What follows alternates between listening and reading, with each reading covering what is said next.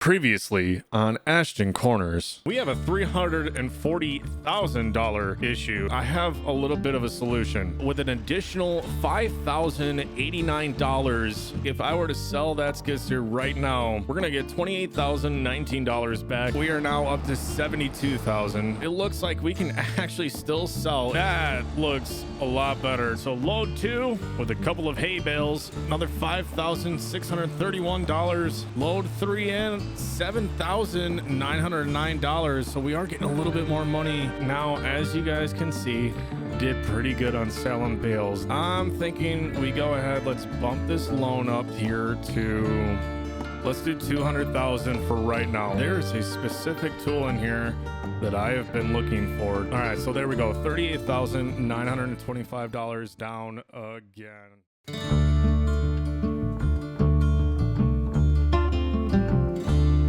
I'm aware of the bonds that were created today.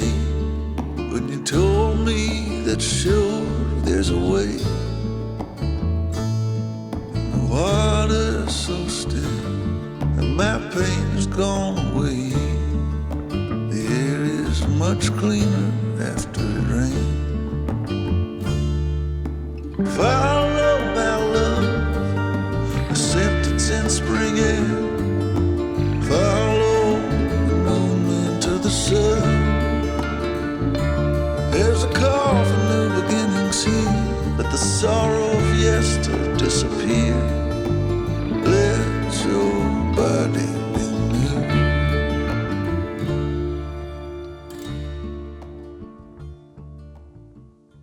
Welcome back, everyone, to the King May YouTube channel. Today, we have a lot to catch you up on. Yes, you're looking at it. Two things. Right off the bat, we have a dog. We couldn't do this series without a dog, and, well, we have a new ride. So taking a look, there's just a lot of things that have been happening and progressing on the map, and just to try and get everything sort of evened up, I wanted to at least show you all where we are at and what is going on. And what I might do is kind of break this video up, and you might see some older footage that I have. But taking a look, we have a four-wheeler.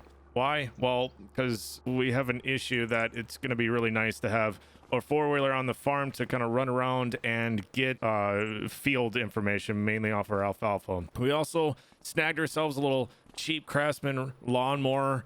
I was kind of wanting that. There we go. Got the lights shut off on the old Dodge there. But we have a dog. His name is Viking. He's our new Ashton companion here on the farm. So what's been going on? Well, we're gonna hop on the four-wheeler. I'm gonna run around, and like I said, this might be a little bit of a mosh pit kind of video, and I'm just gonna apologize right off the gate. So it's gonna be what it is, but I kind of need to get things sort of caught up so we can move time ahead and finally get our progression. But taking a look, hopping off the four-wheeler, we have pigs. We have 40 of them. We ended up buying 3-month-old pigs, and we're already raising them. They're doing pretty good as of right now. Their health is looking exceptional, and well, we've spent a little bit too much money on food. To get you guys caught up, we'll have to kind of go through all of that, but so far we've spent about $48,000 on food. But you know what?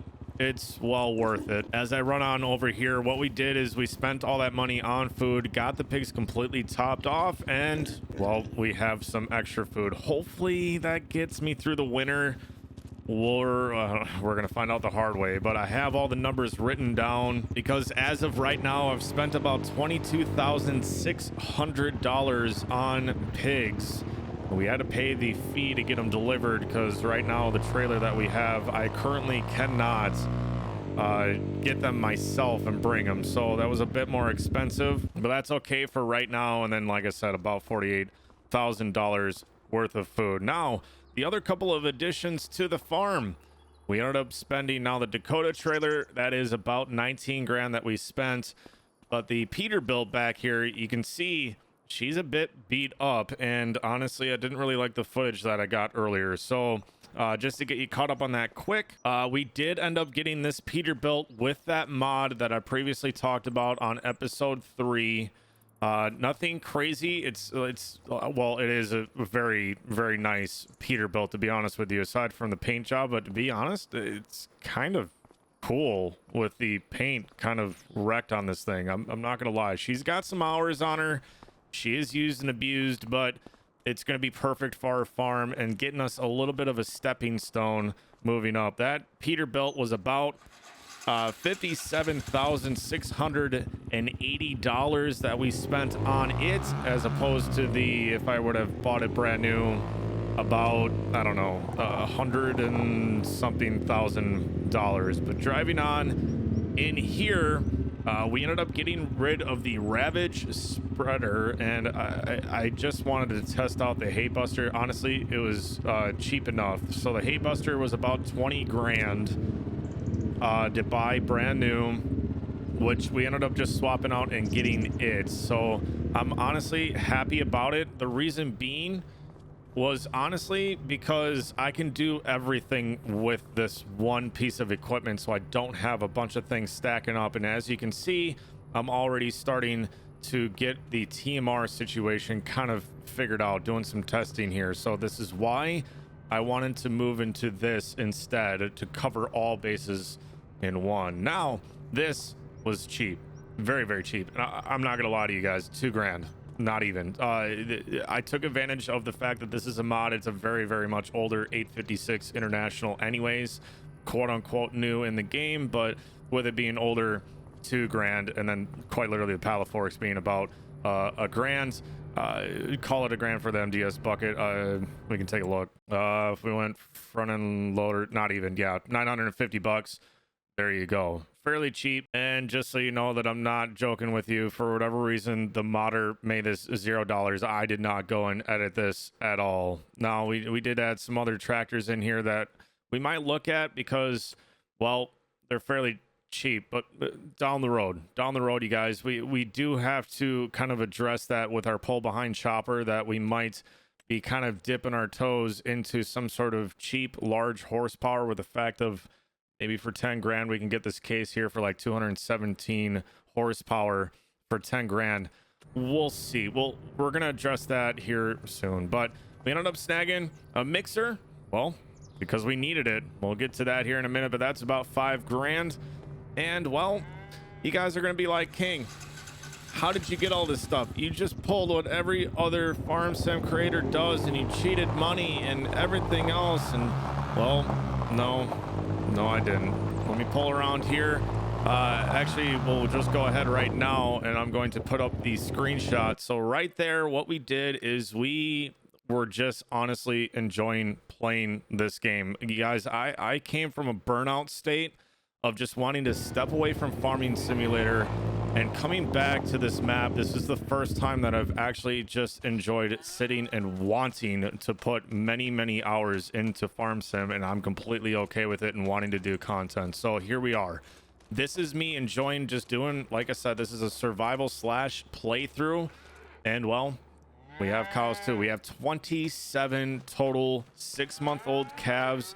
I did a mixture. We got about 7 brown Swiss in here as well. I'm kind of curious to see how this kind of toys out. I'd like a little bit of mixture of Holsteins and brown Swiss. But from that screenshot you saw, we worked up to almost about $300,000. We got ourselves halfway paid off on our debt of our $200,000 loan. And yes, we also bought a cattle trailer that was about 20 grand.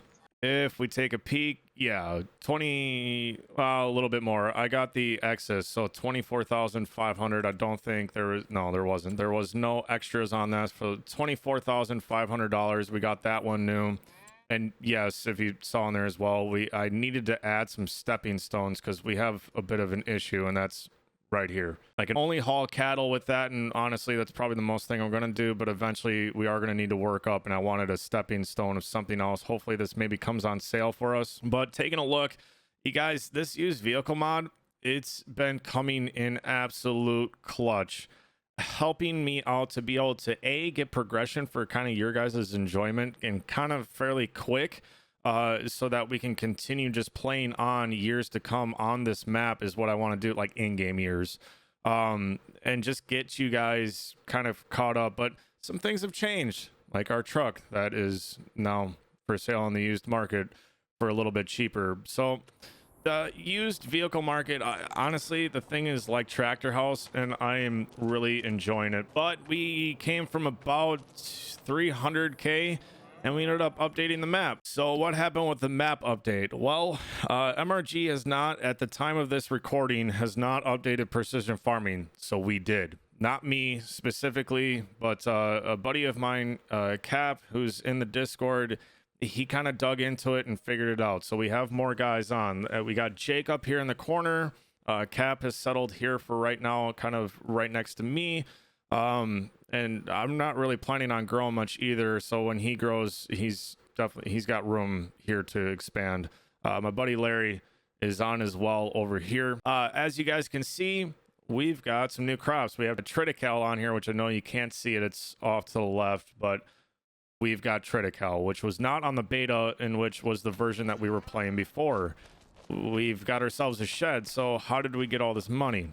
We actually went from about $300,000 at about half our loan paid off from contract work that we were doing. And I just came back in because of the new map, and we sold what would be the concrete bunkers that were sitting here. Mainly because I don't want to sit and pack silage. I did that stuff back in FS19. I know a lot of farmers do it in real life, but I don't have a lot of big horsepower, and I don't want to get all kinds of equipment to do all of that. So we kept it cheap.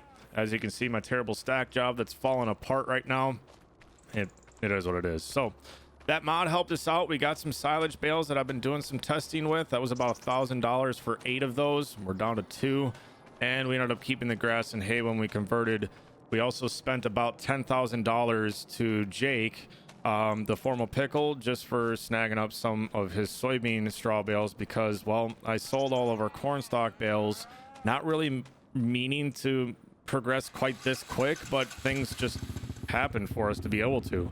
Selling these concrete bunkers, that actually helped us out. And in doing so, each one of these bunkers that we sold was about $140,000 each. So we took ourselves from what I showed you on the screenshot, and we progressed ourselves into selling these as well to add on that additional money. And well, why? Because now with the new version 1, we have ag bags. So I'm going to use them. It's going to make our life a lot easier. We also are going to utilize our harvestor. And backing out and taking a peek at our production chain, again, I know you can't see it on the left hand side. However, if we take a look at these numbers, this is all doubled now because of the A, harvestor, B, 60-foot ag bags. We have access to upwards of about 10 million liters of silage because we can run all 3 of these categories based on what we're doing, which most likely for us, it's going to be grass and chaff. Our alfalfa is mostly going to be stuck to hay. But if we take a look at this, if I were running all of these, 2 different items could be creating silage in each one of those productions, allowing us to have well more than enough silage needed for TMR mixing, even if we maxed all of our barns out. So I'm not going to do silage packing. Instead, we spent about 20K on a nice shed to store all of our bales that we are going to utilize. So we're kind of getting you guys caught up, and as you can see, we're sitting about 78 grand as of right now. So honestly, we're not doing bad, but I needed this 4-wheeler to have a quick way to just come up and check. I can't drive into the field, but we needed to be able to check on our alfalfa because unfortunately with this version of the map, something is glitched with the alfalfa that I think MRG is working on fixing it, but I can't physically see it on the map. I needed to be able to come up and check on it on a regular basis to see kind of where it's at and whether or not it's ready for harvest, so on and so forth. So we're going to do that. Now coming over, we still have the grass. What I'm going to do is we're going to rotate our crops. This upcoming spring, I'm going to get whatever I can cut as long as it lets me cut from our grass strips here. We're going to get that mowed off, baled as hay, and we are going to plow these fields. We're going to get corn on them, and we're going to start a rotation. So the fields that you guys are seeing that are already seeded with triticale, those are going to end up becoming our alfalfa strips here on this section of the farm. This field over here, It's big enough. We're going to leave it alone as it is right now. It's going to be what it is. We're going to be able to do our crop rotations with it. Same with that small field down here at the end of the road, which eventually I want to buy this really big, massive field. It's just really expensive and we don't have the money for it, but we have a means that we could get it hopefully within the next year or two if things pan out the way we want. But again, this little piece down here that we bought for about $7 grand, if you guys saw on, I think it was episode 1 or 2, I think it was 2. That field, it's just gonna stay what it is. We could, down the road behind us, we could, you know, get some maybe more fields eventually, like down the road, like years from now. But we'll see kind of what we need based on food and everything else. And we got to see how this double crop rotation is playing to our favor first here. So everything, as you guys can see, is caught up for fall. We are going to progress ourselves in through winter, so I'm going to get some clips going of that for you all so you can see our income now that we are debt free, because, well, I just took advantage of the fact that since the ag bags are working the way that we want them to now with Ashton, I didn't need those silage bunkers and selling them for 140K a piece. I'm just taking every bit of advantage of that because, well, I know we are still going to struggle. Even though I got ourselves back up through hard work almost to $1 million, it was about 850 grand or so, but we've had to buy a lot of equipment and I've shown you most of it. The only other couple of things that we've gotten as well, it was about $19,000 for our solid manure spreader. We still need to spend about 24 grand on a slurry spreader, which will come here in due time, but at least we have a manure spreader for spreading the manure from our calves that is going to grow this winter. We also have ourselves a blower for the harvest store that we needed. So things are coming together really, really well. Ooh, I forgot one more thing. I'll make it a couple more things. I gotta go through a couple of these other sheds. We already showed you guys getting our new headers coming in here. So we took advantage of that $800,000 as y'all saw in the previous episodes, about 10 grand that we got on that used corn header there, but we grabbed ourselves a much bigger seeder. Why? Well, that little $700 seeder is making my life a bit too painful, and with double cropping here we need some speed and efficiency, but I still want to grow, so that's a excellent seeder for us.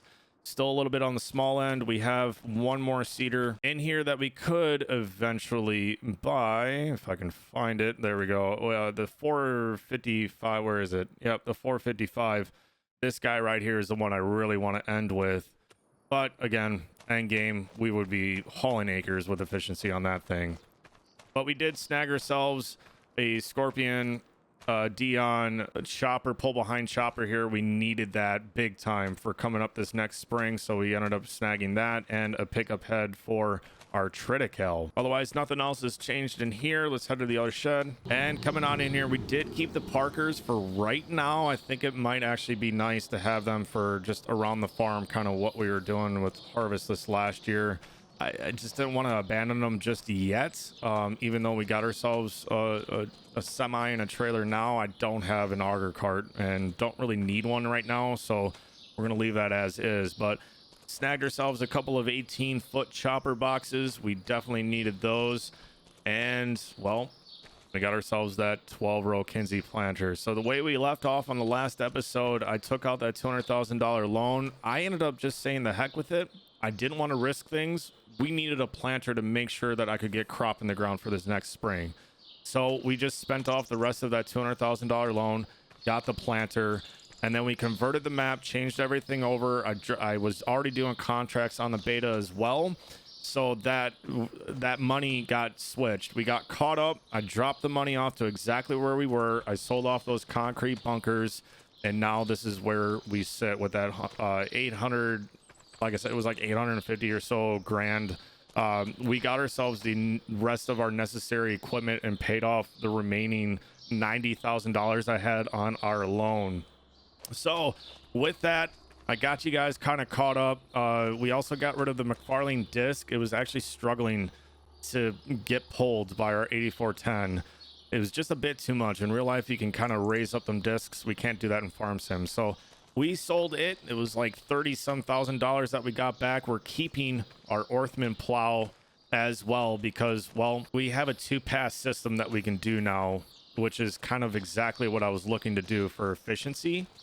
And we needed a chisel plow for those fields that I can't get any sort of winter crop in. This will mulch and plow for us to just get that at least a bit prepped for ourselves for springtime. Otherwise, we got ourselves this here case 5300 strip tiller that will mulch and fertilize for us, which is excellent.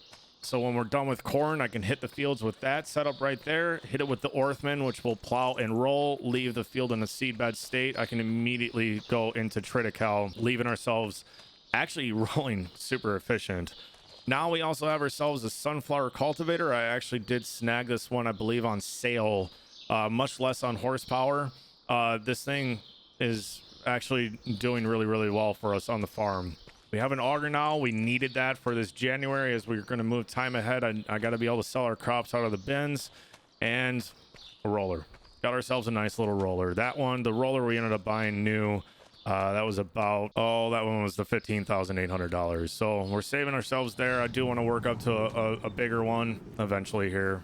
We'll see how that goes. We'll see what kind of time frame it takes us. Other than that, I mean, a couple of the purchases I made, like our dog, the four-wheeler, some of those things are just comfort things of feeling like home. Otherwise, other things, most everything else was necessary, especially snagging this used snowblower here. As you can see, the paint's pretty well worn on it, but you know what, for the hours that it had on it, I thought it was a pretty decent price.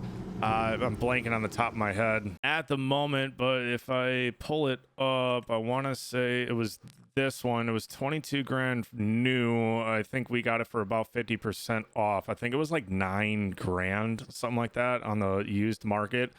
It was really hard to pass up on it. I needed something, and it was like the same pricing essentially of like the Boss plow that I was looking to get for like our skid steer or something else. So we might eventually still get either a V plow for the truck, or, you know, a plow for either, I don't think our little 856 will necessarily do it. I think I'd rather get one for the Bobcat, but for today anyways, we are caught up here. So what's going to happen is we're going to move time ahead. I'm probably going to play some previous footage for you guys for this episode. Next episode is going to be us jumping into spring, so I'm going to get some footage of us selling our crops in January, maybe get a little bit of snowplow and stuff like that, but it's going to be minor. I just wanted to at least get you all caught up on what is going on Ashton Corners on our playthrough, and again, just showing you guys that I am keeping this legit as I possibly can, especially even when we're using the co-op. We are rounding up to pay the co-op for the use of the co-op's equipment to keep this legit as much as we can without having to fully absorb that price ourselves. So those sort of things that we're doing, I'm doing it to keep us in a legitimate playthrough and still having to survive, especially now because things are getting more pricey. It's taking more seed with the fact that we have spent also money on precision farming. In total, I want to say we almost spent about 20 grand on all of our fields for the precision farming soil mapping to get our soil types and all that. So we have money invested in that. We also got reset anyways on our lime, so next year is gonna hurt. We're gonna have to lime everything as we show you guys the pH levels. They're doing okay right now, so I'm gonna leave them alone, but this next year is going to hurt. We're going to have to put lime on pretty much everything. I do still eventually want to at least buy these 2 fields. Again, this one being about 200 and what was it, 16? I flip back. Yeah, we're in that ballpark. Oh, no, way more. $265,000 for an additional 45 acre field right there, which if we got that field, you guys, we would be sitting really pretty. So that's again why I kind of waited on that. I want to work up to that. I mean, even this additional 10 acres would help us tremendously, but we no longer have the money, as you can see, to be spending 62 grand on that as of right now. So contracts, probably going to keep doing them to try and keep sort of working us through on at least being able to progress. But again, everything I'm doing is out of sheer just enjoyment of playing the game as you guys would. and it's gonna be from me actually working on it. It's gonna be me actually putting in the time on contracts and everything else and being able to do that. So we might progress on that. I don't know if buying field number 6 is going to be in the cards for this upcoming year, but we are getting our herd built, and I will keep you guys updated and get back to kind of the in-depth videos here. Again, I just wanted to at least update you on where we're at right now. But for right now, I have some more seed that we need to get for this upcoming spring, so we are ready to go. I'm going to absorb that cost right now. We're again about 78 grand. I just want to get a few more pallets of seed so that we are ready for this upcoming spring and absorb that cost now, still keeping us in that ballpark of about $100,000, which that's okay. We'll be all right. And no, I don't really necessarily care about getting a seed tender right now. Maybe eventually we will, but I'm gonna head on down to the store. We're gonna grab ourselves some seed, and I'm gonna catch up with y'all in a little bit. All right, so we got the seed returned back to the farm. And like I said, you guys, this is just our little update that we're gonna do, a nice short video. Like I said, I might tie this in with a different one, so in case I don't, y'all, thank you for watching, and thanks for checking out the update here with Ashton Corners. And I'm going to get us rolling in to like through winter and into spring here, so we can get back to just sitting and enjoying the game. We've put in a lot of hours, a lot of time sitting and messing around with this map, getting it set up the way that we wanted, especially with the overlaps. I'm not sure. I just wanted to take a second and kind of go over this. I edited the XMLs. I'm not sure if MRG is going to do anything with this or not. It is not my choice. I sent them back to him to let him choose. It's his map. He can do this however he wants, but we personally edited the XMLs for the soybeans. We wanted to open up that window to allow us a late variety bean to be planted in July, which is starting to push it to be a little bit late. But if you get your wheat harvested off in July, I wanted to be able to still do some double cropping with some soybeans. You are kind of stuck though, because the soybeans aren't going to be ready until November. And once that happens, you're not going to be able to get anything really in, unless it's, I mean, I guess you could do grass or something else, but this is just our version of it. I also edited the triticale, so now I made it to open up for August, so that if we do double crop triticale between August and September, that will be ready to go for May, so that we could double crop in some corn and some soybeans, or really anything else other than oats that normally would be happening in Wisconsin. As well, living in this state, I kind of, as you would in Wisconsin, just kind of knowing sort of the rotation from being, you know, driving around and having previously farmed and whatnot, I kind of know about May. As long as everything is good weather-wise, May is usually kind of when triticale is coming off. So I wanted to extend that out, and we did. This is just our version of it. Call it a cheat, call it not. I'm just trying to take advantage of the things that we would be able to do in real life, as far as with double cropping and getting more soybean in the ground especially. But keep in mind, we're going to have to alternate corn in there, get some corn silage. Make sure we utilize the haylage for haylage, or utilize the triticale for haylage, so we keep these things moving as we need to progress and get a good amount of progression here in the next few years that we are playing here on Ashton. But y'all, I am going to call this one a video. Thank you so much for watching, and we're going to catch you all on the next episode of Ashton Corners. Peace.